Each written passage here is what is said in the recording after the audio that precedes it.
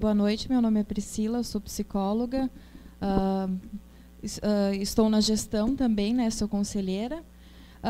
Já trabalhei no CRAS e venho orientando na psicologia no CRAS estagiárias, né?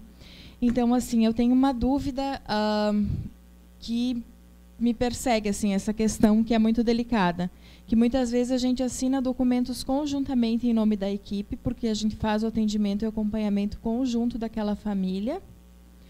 Então, eu queria saber, assim, se já aconteceram problemas em relação a isso na experiência, né, do psicólogo Henrico, porque eu acho que podem acontecer problemas, mas a gente não pode se negar a produzir documentos conjuntos, uma vez que a gente atende conjuntamente, faz a visita domiciliar conjunta, faz os atendimentos de forma conjunta, e muitas vezes até, por exemplo, quando uma situação que aconteceu comigo, a gente encaminhou uma denúncia de uma rede de pedofilia para o Ministério Público e não colocou o nome dos profissionais, mas colocou o nome da instituição como uma forma de proteção, inclusive, né? Então, queria que pudesse discorrer um pouco isso. E sobre uma questão que a gente já discutiu nas comissões, né? Eu já discuti com o Lúcio também, acho que o Lúcio tem um parecer bem interessante nesse ponto, que é sobre essa questão hoje dos pareceres psicossociais, né? Como é que isso tem aparecido? Não está na regulamentação, mas seria, por exemplo, assim, incluir uma avaliação psicológica com uma avaliação, digamos, socioeconômica, né? As pessoas juntam tudo isso e é um nome que tem se usado, tem uma NR que não está na área da assistência, mas está na área da questão da saúde do trabalhador, que é utilizada, inclusive, né? E isso sempre é uma dúvida que as pessoas sempre me perguntam como conselheira e eu não tenho uma posição clara, assim, né? Ainda não limpei o campo. Meu nome é Lúcia, eu sou pesquisadora na área da assistência e agregando um pouco ao que a Priscila estava colocando, as assinaturas conjuntas, pelo menos no local que eu pesquisei, elas estavam sendo utilizadas como processos de resistência em relação ao próprio sistema de justiça, né? Para que esses documentos não viessem a ser individualizados e para que um profissional apenas não ficasse na berlinda nessa relação. Então, como é que a gente pode pensar essa questão do referencial teórico diferente, né, de cada profissão, e mesmo assim produzir então esses documentos conjuntos, né, para que eles possam seguir um pouco sendo resistência? Meu nome é Fernanda Dornelles Hoff. A minha questão é um pouco diferente. Eu sou psicóloga e psicanalista e sou conselheira suplente do Conselho Municipal de Saúde de São Leopoldo. E a minha questão é no sentido de uma observação que o Henrico fez com relação ao que seria clínica e o que não seria, né? E se numa visita domiciliar a escuta não seria uma escuta clínica num sentido amplo, ou seja, de que estamos num setting diferente, mas que o psicólogo leva a sua neutralidade, a escuta da subjetividade, e que isso não é diferente de quando a gente está lá na clínica. Claro que um outro contrato, um outro propósito, mas nesse sentido eu venho pensando, e quando tu tocaste nessa questão, me deu fez eco em mim do que é a clínica, né? Enfim. Então, são questões assim muito pertinentes. Essa da Fernanda, ela é bastante recorrente, né? Assim, então, a gente tem todos os espaços que eu circulo, ela se apresenta, né? Então, eu vou começar por ela, que eu acho que é o que está em jogo para a política de assistência social e atuação dos psicólogos. É uma provocação nesse sentido, se dizer que é possível a clínica ampliada. Existe pessoal em Belo Horizonte, né, que vem da saúde mental, Célio Garcia, Ana Marta Loboski, eles falam da clínica em movimento, da clínica em situação, né, as provocações nesse sentido, e a psicanálise sempre nesse diálogo, né. Eu tenho uma compreensão de que o que está posto né, eu disse isso aqui, o que preconiza a política é segurar e afiançar as seguranças de proteção social. Então, a gente tem uma concepção que está posta, tanto no que se refere, né, à sobrevivência dessas famílias em situação de vulnerabilidade, risco, fragilização de vínculos, etc., das desproteções de violações de direitos. A gente tem a dimensão da acolhida, de fazer essas necessidades familiares serem contempladas, né? A acolhida para a política é diferente da acolhida para nós como psicólogos, que nós entendemos às vezes como um receber bem, e a acolhida para a política é garantir necessidades, atendimento às necessidades e demandas, e só para você que é psicanalista ouvir isso, atender às demandas, não é uma conceituação fácil, né, de discutir isso com a psicanálise. E, por fim, a segurança de convívio familiar. Eu acho que as nossas escutas qualificadas, elas transitam nessa dimensão. E eu transitar nessa dimensão do que está posto para a política, a intervenção profissional ela vai incidir sobre esse campo de proteção social e menos no campo da subjetividade. Assim, entendendo subjetividade relacional, conceito de subjetividade ampliada, etc., né, nós vamos direcionar o olhar para o campo, às vezes, mais institucional do que da situação de visita domiciliar na qual estou realizando. Né? Então, se eu me coloco à disposição clínica nesse sentido, que é do se debruçar ou de outras compreensões, né, eu perco a dimensão, eu corro o risco de perder, eu não vou dizer que eu perco, eu corro o risco de perder a dimensão macrosocial a qual a política se destina. Porque, às vezes, eu me detenho em minúcias do desejo, da subjetividade, das relações de sofrimento, que eu acho que tem lugar, que é na rede de proteção integral, né, no sistema de garantia de direitos. Eu, particularmente, como profissional, ao perceber uma demanda de sofrimento psíquico clínica, eminentemente, falava, senhora, eu vou ligar lá no centro de saúde agora, eu vou tentar agendar um atendimento psicológico, a senhora está precisando ir lá falar pra caramba. Vai lá. Né? Então, acho que a clínica está posta. A clínica está posta. Mas a intervenção e a continuidade dela, ela é melhor contemplada em outros segmentos setoriais, do qual eu avalio que a saúde pode dar uma resposta mais eficaz do que a minha intervenção no contexto da política de assistência social. Assim, é uma compreensão que eu tenho hoje. Né? Pode ser que nas conversas eu seja provocado e reformule, mas é assim que eu entendo hoje. Em relação aos documentos assinados em conjuntos, que é a pergunta da Priscila, né, e os processos de resistência profissional, eu acredito que a dimensão da intersetorialidade e da interdisciplinaridade ela é fundamental. A gente precisa conduzir o nosso processo de trabalho a partir disso. Eu aprendi muito na minha vida profissional com os assistentes sociais. Eu falo que eu sou transdisciplinar, já superei, não sou nem psicólogo, nem brinco, né? E nem assistente social. Eu já cheguei numa concepção, né, que é outra coisa. Sou do SUAS, né? E aí mas eu avalio que é importante a gente também firmar o pé nas nossas especificidades para poder dar conta daquilo que é nosso. E aí eu vejo problema, por exemplo, em relação àquilo que está posto na Resolução 07, de nós fazermos parecer psicológico na conclusão de um relatório e do assistente social fazer um parecer social na conclusão de um relatório da política. Né? Eu, particularmente, avalio que isso é um problema, porque a gente acaba fazendo a função de perito ao fazer isso. Né? Assim, muitas vezes o que reforça é isso que eu falei. O profissional assumindo o seu saber técnico para dizer, não sobre a família, sobre o trabalho da família, que é feito na política, mas para dizer que essa família não tem capacidade, que ela é incapacitada, que ela não dá conta de proteger a criança. Né? Então, eu acho que esse é um complicador no ponto de vista dos pareceres. Mas eu acho que a nota técnica sobre parâmetros de atuação, se você for consultar o parâmetro 18, né, na segunda parte diz assim, quando assinados por psicólogas e psicólogos, deve-se cuidar para que na parte destinada ao esclarecimento da demanda, qual é a demanda? A demanda é da política de assistência social, né? Sempre. Seja assinalado o escopo da assistência social como política afiançadora das seguranças socioassistenciais referidas na NOB SUAS, de 2012.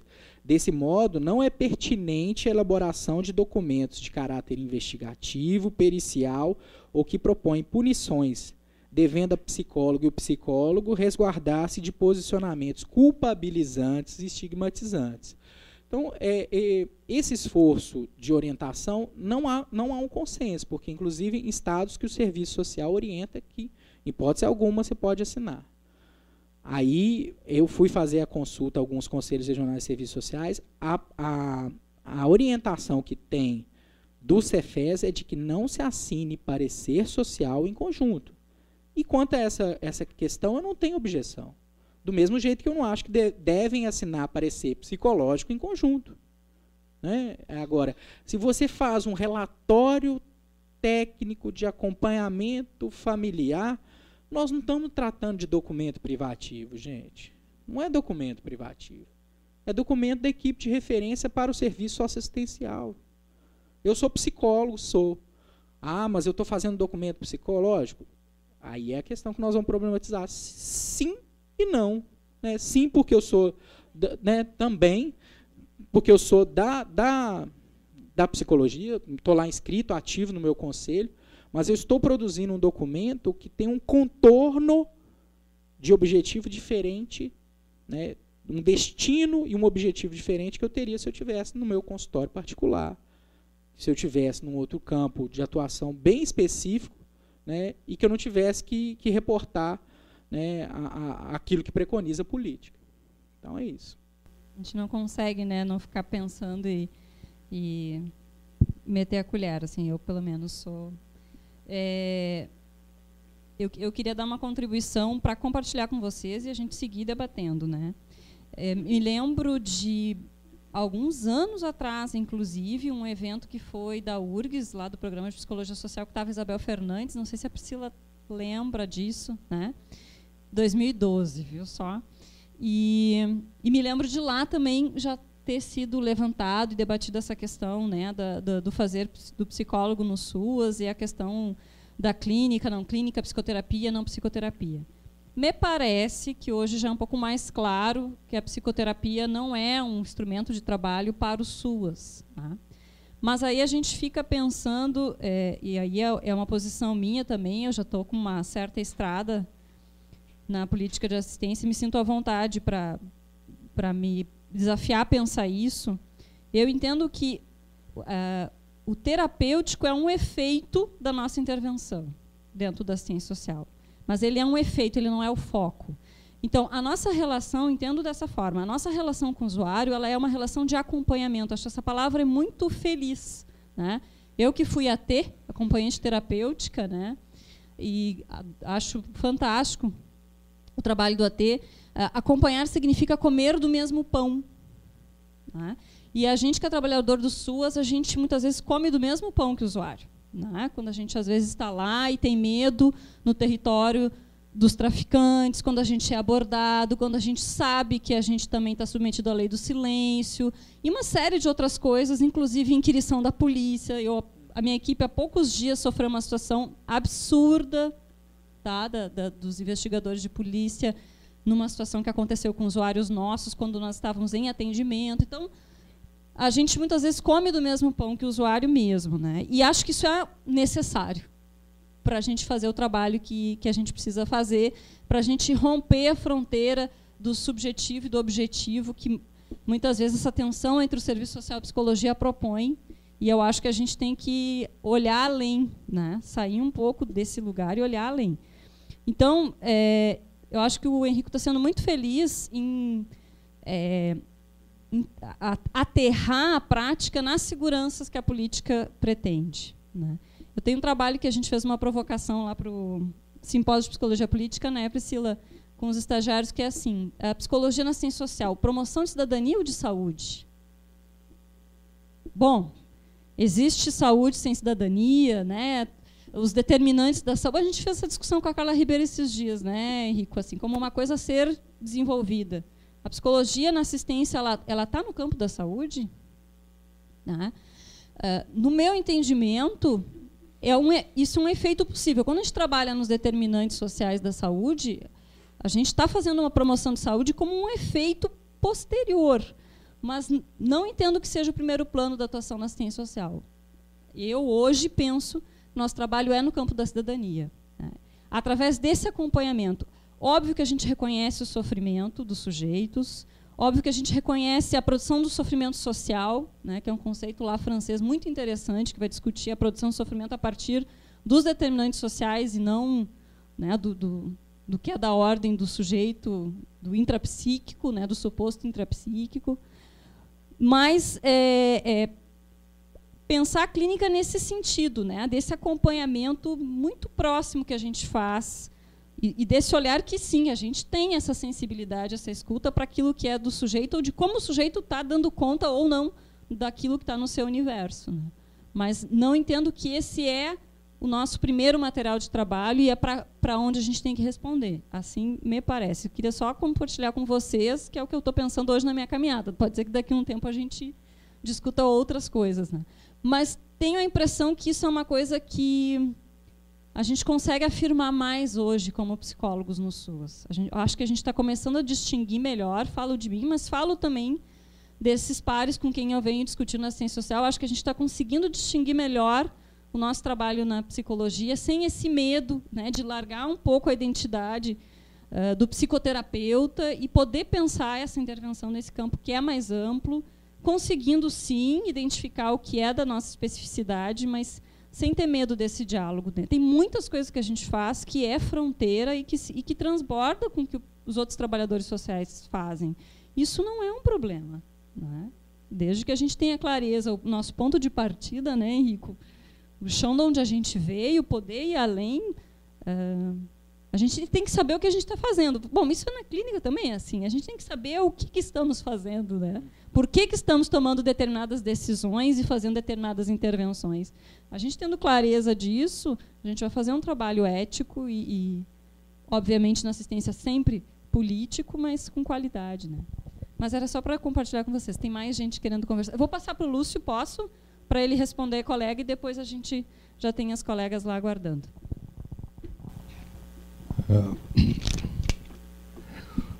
O que a gente tem sugerido aos psicólogos quando nos ligam, Priscila, sobre isso, é o que a gente tem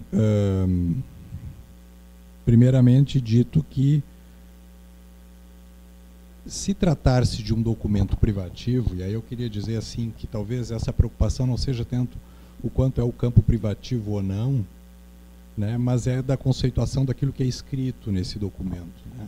A gente tem dito, olha, faça um documento psicológico, o assistente social faça o seu documento e vocês escrevam uma conclusão, um documento final em conjunto.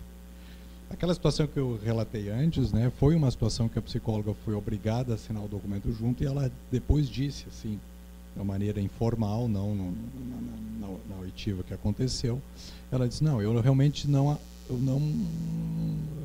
compartilhava né, aquilo que foi escrito, mas o resto da equipe entendia que sim. Né, e que isso gerou uma situação ética, etc. Eu acho que, claro, não é, de certa forma, alguns talvez terão essa preocupação ou esse medo de perder uma questão privativa, mas eu acho que a maior preocupação é essa, porque alguns conceitos são específicos da profissão. Então a gente aconselha, até porque isso não está definido, né? Assim, a gente aconselha, produza-se 2 documentos e faça uma discussão e produza um documento, então, compartilhado. Com relação à NR, ela muitas vezes é interpretada, sim, né? E ela faz parte ali daquele programa, normalmente o programa médico do trabalho das empresas, os NRs, né? E elas ali fazem um equívoco. Nenhuma NR fala em avaliação psicossocial. O que ela fala é uma avaliação, inicialmente ela é prevista como uma avaliação médica, e ela vai falar em riscos, tanto as 2 NRs, né, e fatores psicossociais. Mas as pessoas pegaram isso, eu não sei de onde, como, né, e transformaram em avaliação psicossocial, sim.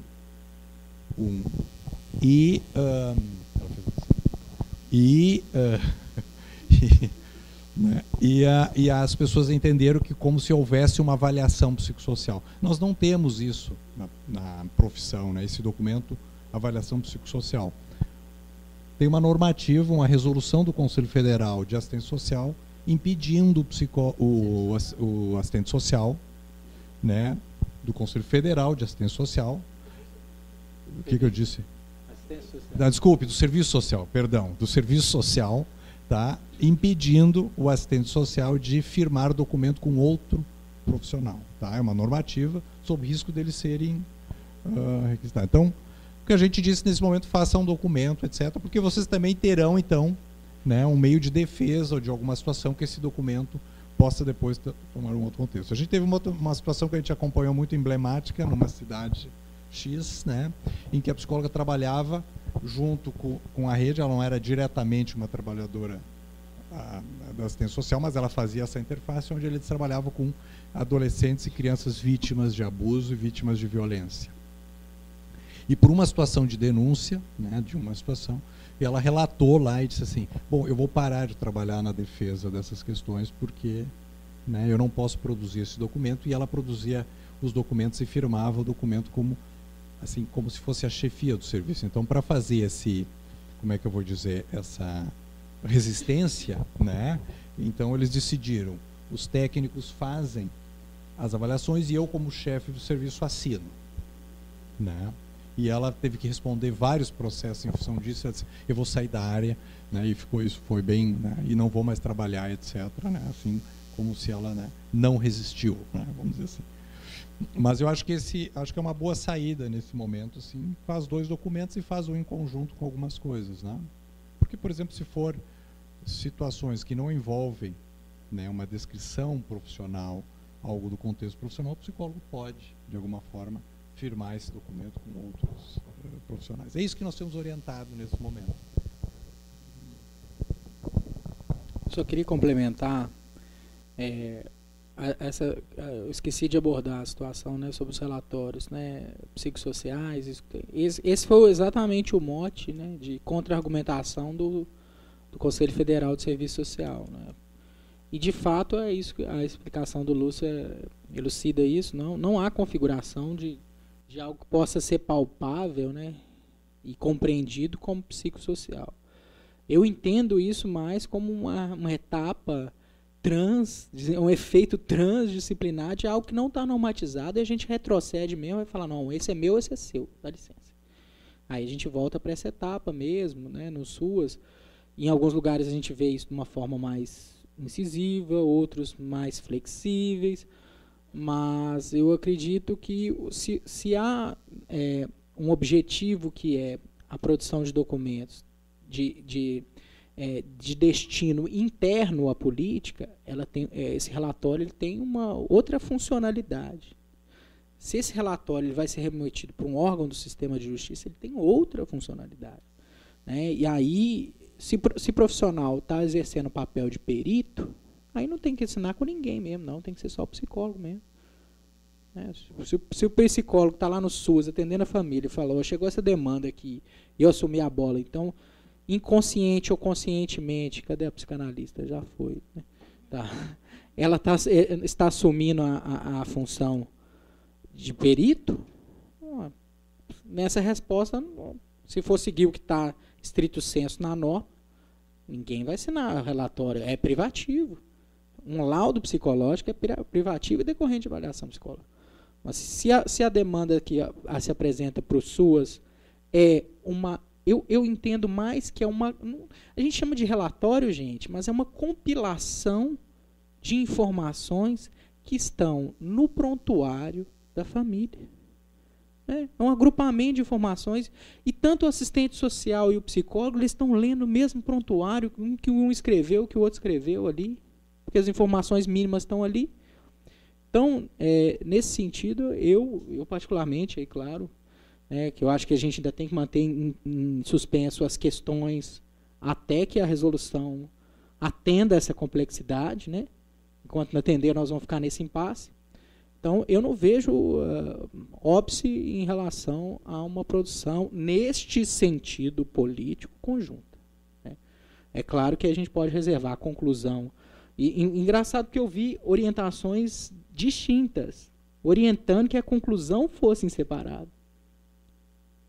Eu vi informações que nesse sentido, destoam, né? Assim, porque a gente não tem uma clareza ainda de fato o que nós vamos fazer com essa resolução na política de assistência. Eu acho que a conclusão em separado é que leva para uma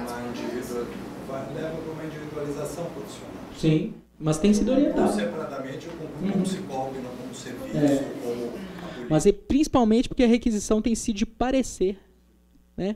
Então, você faz um relatório junto, bonitinho, e lá cada um põe o seu parecer. O parecer do assistente social, o parecer do psicólogo. Mas aí quando bota parecer na profissão, ele tipifica um documento específico. Mas a nossa colega buscando agora, eu ia brincar com ela, eu ia dizer para ela que produzir perícia para o judiciário é mais espinhoso para o psicanalista do que para o que está para brincar com ela. Tudo que documento que tu vai produzir para o judiciário, ele é assim. Né? Porque tu está transportando uma verdade, eu vou usar assim, tá? Me permita. Uma verdade psicológica para uma verdade jurídica. Não são coisas que se... eu esqueci. De uma verdade psicológica para uma verdade jurídica, como se isso fosse sinônimo, né? O judiciário trabalha com verdades jurídicas, né? Nós não, né? Um psicanalista muito menos, né? Verdade, mentira não existe. Eu queria que a gente pudesse pensar um pouco sobre essa questão da atuação do psicólogo no SUAS, no sentido dessa questão assim, né, clínica, né? Isso é uma coisa que me incomoda, me inquieta bastante, assim. Eu acho que uma das questões principais é a gente poder manter o diálogo e poder manter nesses encontros, em vários espaços, a possibilidade de diferentes olhares sobre isto, né? E assim, eu penso que numa perspectiva de garantir as seguranças de acolhida, de renda, de convivência, de autonomia, né? De auxílio nos riscos, né? E calamidades, eu acho que o nosso foco ele é este, mas a forma como se trabalha é diferente. E talvez esta seja uma das principais diferenças da atuação do psicólogo e do serviço social, né? Do assistente social. Porque a questão social ela está aí, né? Ela se aprofunda nesse momento em que a gente vive. E para que tu vá trabalhar, e isso não somente nos acompanhamentos individualizados, coletivos, em todos os espaços, né? Em qualquer lugar que esteja o psicólogo, seja como técnico, seja como supervisor, seja como coordenador, eu penso que essa perspectiva de tu poder compreender e trabalhar, né, com os teus colegas, com os coletivos, com as comunidades, de tu trabalhar olhando para como que se dá essa subjetivação. Então, é preciso, sim, em alguns momentos, tu acolher esse sofrimento, e daí, obviamente, não estamos falando assim de graus de sofrimento mental, onde, com certeza, isto é da saúde. A gente não quer, a gente já tem muita coisa para fazer para querer dar conta das questões que são da saúde. Mas essa integralidade que o SUAS propõe e que o fazer do psicólogo também propõe, nos permite acolher essas questões, porque se essas questões não forem acolhidas e conversadas e ressignificadas, como que a gente vai garantir essa segurança de autonomia? Porque essa segurança de autonomia ela está diretamente relacionada com o trabalho político do trabalhador e do trabalhador psicólogo, né, não só, mas do trabalhador psicólogo, que vai poder, bom, como que esse sujeito está naquela condição que não é dele, a vulnerabilidade não é dele, né? Como que ele chegou ali sem que a gente possa trabalhar com ele todas essas outras questões de como ele foi constituído naquele lugar, como que nós somos constituídos enquanto trabalhadores, como que aquela família, aquele grupo que ele pertence foi constituído, com todas as violências sociais que já aconteceram até aquele momento e que continuam acontecendo. Então, o foco, sim, o foco são as seguranças que a assistência social precisa afiançar. Mas a forma, a perspectiva com que se vai abordar isto, ela passa por essa perspectiva política, e ela passa por essa... ela pode passar por essa perspectiva clínica que é muito além das questões de saúde mental, né? Que são questões específicas da área da saúde, né? Então, acho que a gente tem que trazer essas discussões para poder repensar como que a gente está, como que a gente está lá no nosso dia a dia, fazendo esse link, né? E desconstruindo uma certa uma construção histórica de subjetividades apassivadas, amedrontadas, né? E eu acho que é preciso a gente ver o nosso lugar para a gente ter potencialidade para trabalhar com as pessoas, né? Eu coloco essa questão para que a gente possa pensar, né? E fico feliz dela ter aparecido aqui. Bom, eu sou a Michele, faço parte da gestão também, né, na Comissão de Avaliação Psicológica. O tema dos documentos, né, das resoluções que nós temos é um debate permanente. Nós acreditamos que eles nos limitam assim para muitas coisas, né? E pelo que a gente tem visto, nos parece, assim, nos dá a impressão que o judiciário, como ele olha para a lei, né? Então ele vai olhar para a resolução. Então, assim, essa limpeza de campo, esse campo fica muito fechado, na verdade, né? E eu não sei se é um questionamento ou é uma colocação que eu estou fazendo, tá? Mas, assim, o que tu falasse, assim, Henrico, da gente se posicionar em relação à nossa identidade, né, perante o judiciário, eu acho que esse é um terreno bem pantanoso, né? Eu não quero dizer assim, ó, não é bem assim, né? Eu não tenho essa experiência assim, mas pelo menos, não sei, no Estado, talvez, o judiciário ainda é uma supremacia, né, em que muitos colegas, às vezes, estão numa condição de um estágio probatório, e daí eles acabam fazendo, né, temendo assim, o próprio trabalho, né, o próprio emprego, né, o seu cargo, né. Então, eu queria colocar isso, assim, que eu não sei se existe uma comunicação suficiente e objetiva e registros para a gente poder tensionar o judiciário, né, num diálogo que nos aproxime mais, assim. Era isso. Boa noite, eu me chamo Sheila Stenck e gostaria de colocar um pouco, para poder contribuir com essa nossa reflexão, um pouquinho da minha experiência assim, profissional, porque eu, há alguns anos atrás, eu trabalhava nas duas áreas, assim, eu trabalhava ao mesmo tempo, durante 5 anos eu trabalhei no SUS e no SUAS, em municípios diferentes, assim, e eu nunca tive assim muito esse problema de identidade profissional assim, quanto às duas áreas, porque são muito diferentes, mas elas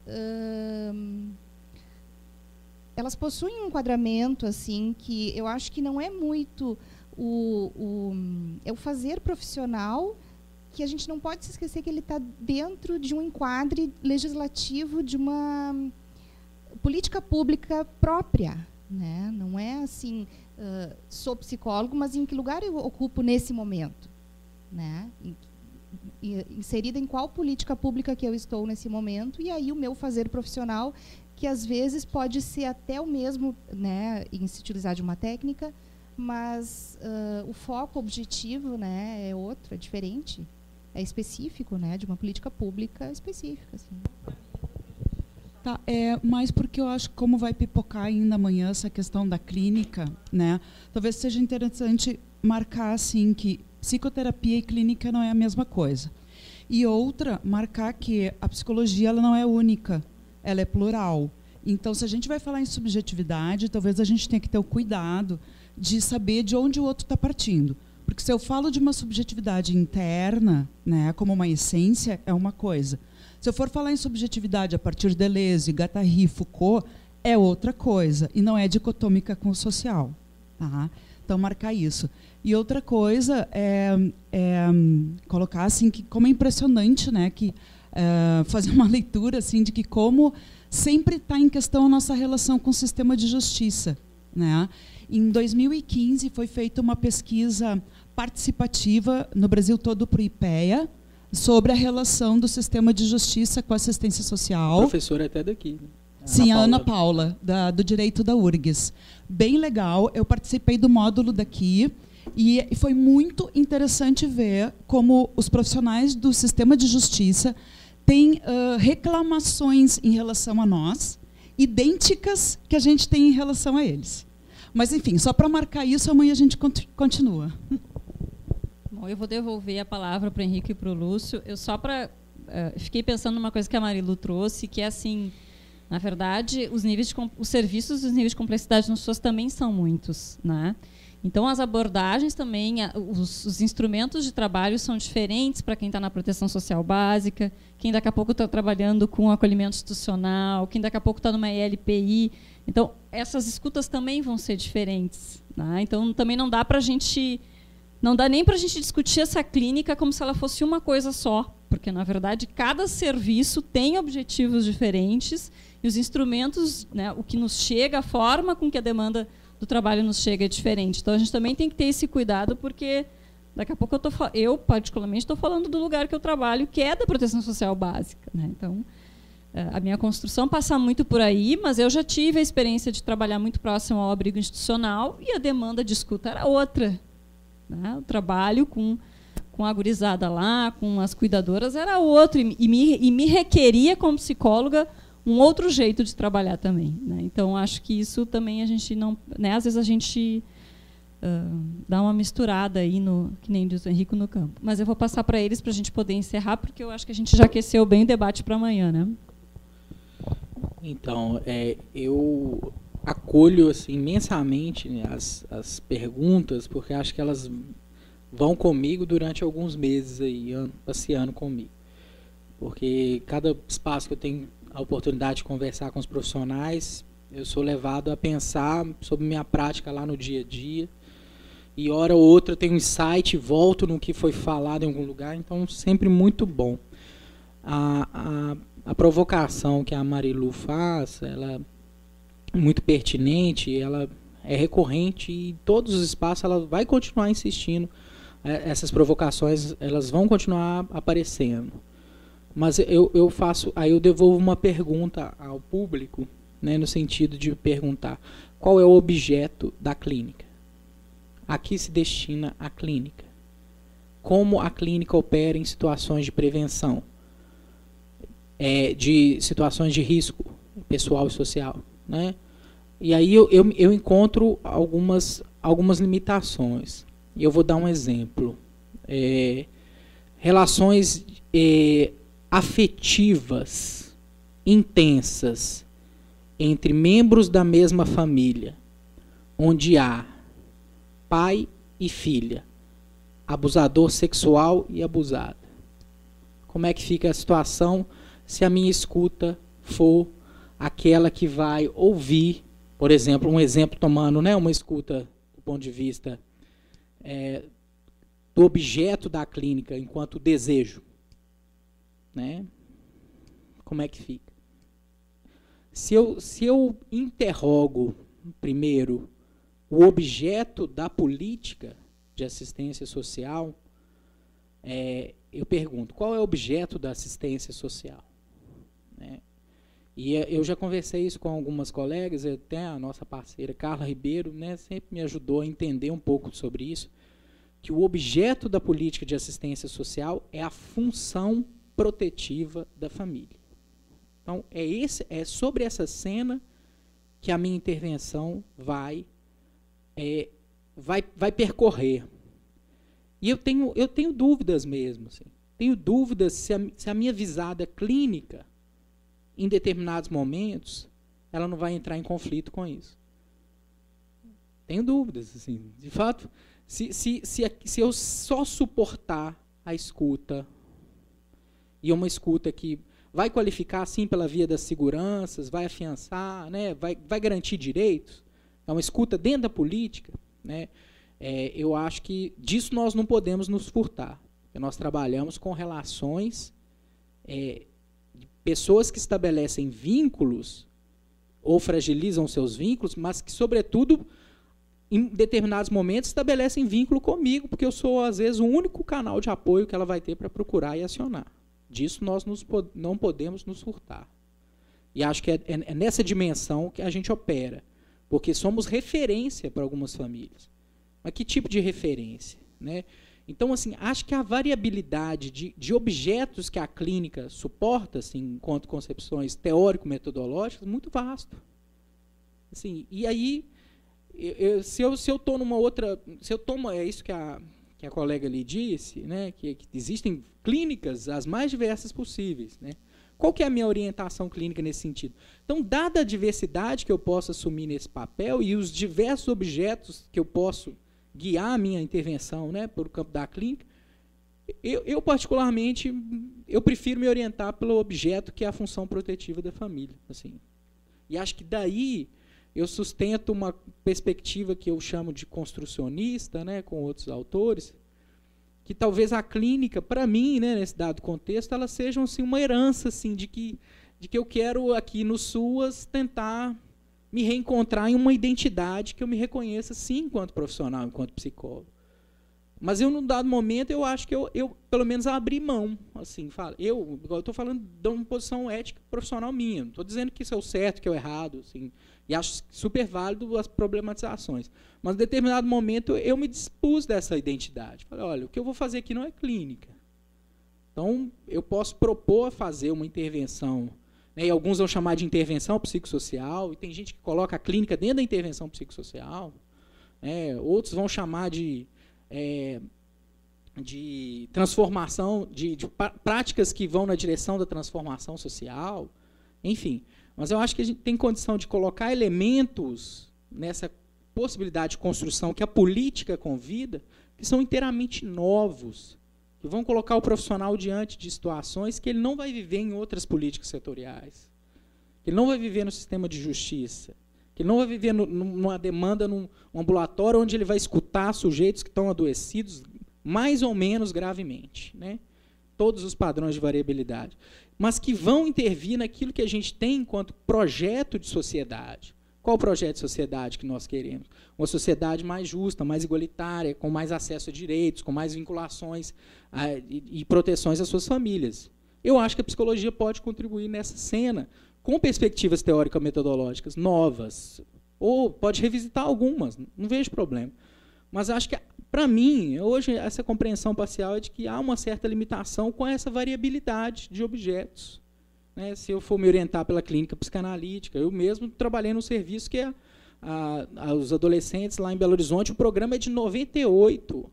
Se fazia clínica praticamente com adolescente em conflito com a lei, a orientação era psicanalítica. E eu vim dessa formação. Então, hoje, nessa etapa, assim, eu prefiro ir por uma vertente mais construcionista, assim, de propor algo da psicologia que não seja redutível à escuta clínica. Mas, né, vamos continuar debatendo isso durante um bom tempo, etc. Sobre a questão da Michele, acho que nós não podemos ter constrangimento de se posicionar perante a justiça com tudo aquilo que o Lúcio e eu dissemos aqui um pouquinho. Nós não estamos inventando uma coisa que eu acho que vai afrontar a justiça. Nós estamos dizendo para a justiça que, do ponto de vista do nosso exercício profissional, nós temos limitação. Eu não vejo problema em dizer isso. Eu não acho que isso vai me constranger. É diferente de eu virar para o juiz e falar: olha, sua demanda está equivocada, isso aí você está vacilando. Né? Não é? Acho que aí sim é uma resposta pouco assertiva. Né? Eu acho que situar a nossa incapacidade para dizer de certas demandas, não acho isso um desrespeito, acho até educado em dizer: olha, você está tendo uma expectativa a respeito do meu trabalho profissional que eu não tenho como responder. Né? E, por fim, tem que fundamentar. Sim, mas os fundamentos estão... Destitua-se, era isso, né, Lúcio? Destitua-se esse perito incapaz. Nunca me esqueci, isso já faz uns 10 anos. Mas aí houveram intervenções, inclusive da Secretaria de Direitos Humanos, tem um provimento 36 do Conselho Nacional de Justiça, que vai... Aí é uma questão interna dele, adverte os juízes, promotores, magistrados, a não dizer, usar expressões admoestatórias e tudo isso. Mas tem aquela piada, né, que fala, né, que qual que é a diferença do médico para o magistrado, né? Você sabe.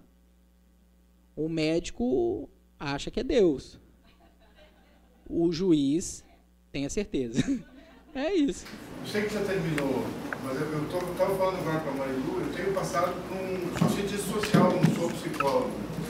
Eu estou vivendo um estranhamento muito grande, assim, que a gente, quando fala do trabalho da assistência e vê que o governo agora congelou o recurso por 20 anos. Né? Congela recurso por 20 anos. A gente percebe que no judiciário há um avanço muito grande de práticas fascistas do judiciário. Fascismo. Judiciário com práticas fascistas. Parece que a gente está falando assim do que mesmo? Parece que tem assim, está falando como se a gente estivesse vivendo há 5 anos, 3, 4 anos atrás. O que a gente está conversando aqui, eu estou meio deslocado, sim. Eu confesso que eu fico com um estranhamento muito grande. A gente está agora cogitando a possibilidade de adiar as eleições por mais 2 anos, a gente aguentar um governador aqui que é um fascista, aguentar um presidente que é um fascista ilegítimo, entende? E que a tendência é não ter mais serviço de assistência.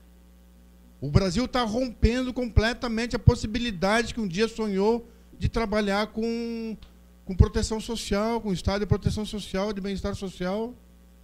Né?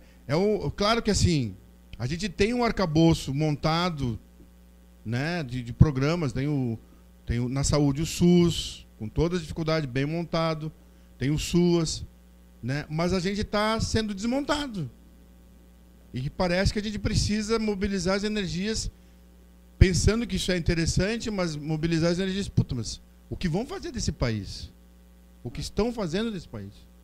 Tem uma nota do IPEA, né, que a gente tem discutido, que o SUS está programado para encerrar daqui a 10 anos. O prazo de validade do SUS é mais 10 anos. Isso é uma nota do IPEA, que, né, pela PEC, assim, é uma política que mal nasceu, já está fadada à sua destituição. E acho que aí o papel nosso ético, que eu acho que é ético e político, e aí eu reforço, né, assim, essa intervenção minha construcionista, ela vai mais nessa direção de coletivizações e tudo isso, que nós temos que lutar para manter. Lutar para manter, né, nem para... Não vai ter aposentadoria e o empobrecimento da população. Assim, é olhar o cenário e perceber assim, em 3, 4, 5 anos o empobrecimento vai estourar, né? Já tem sinais bem claros. Vamos seguir amanhã? Vamos.